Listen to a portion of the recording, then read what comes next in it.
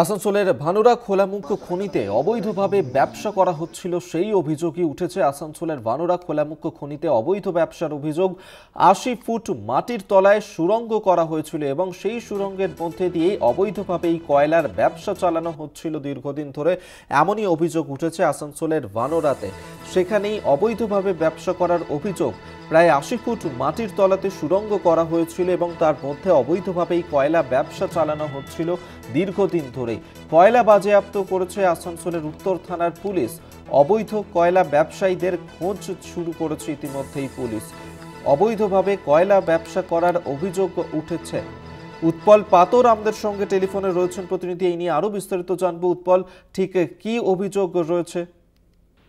দেখো অভিক, আসানসোলের যে আসানসোল উত্তর থানার অন্তর্গত ভানুরা কয়লারি, সেই ভানুরা কয়লারি যে খোলামুখ রয়েছে, সেখানে অবৈধ কয়লার রমরমা সেটা আবার প্রমাণিত হলো।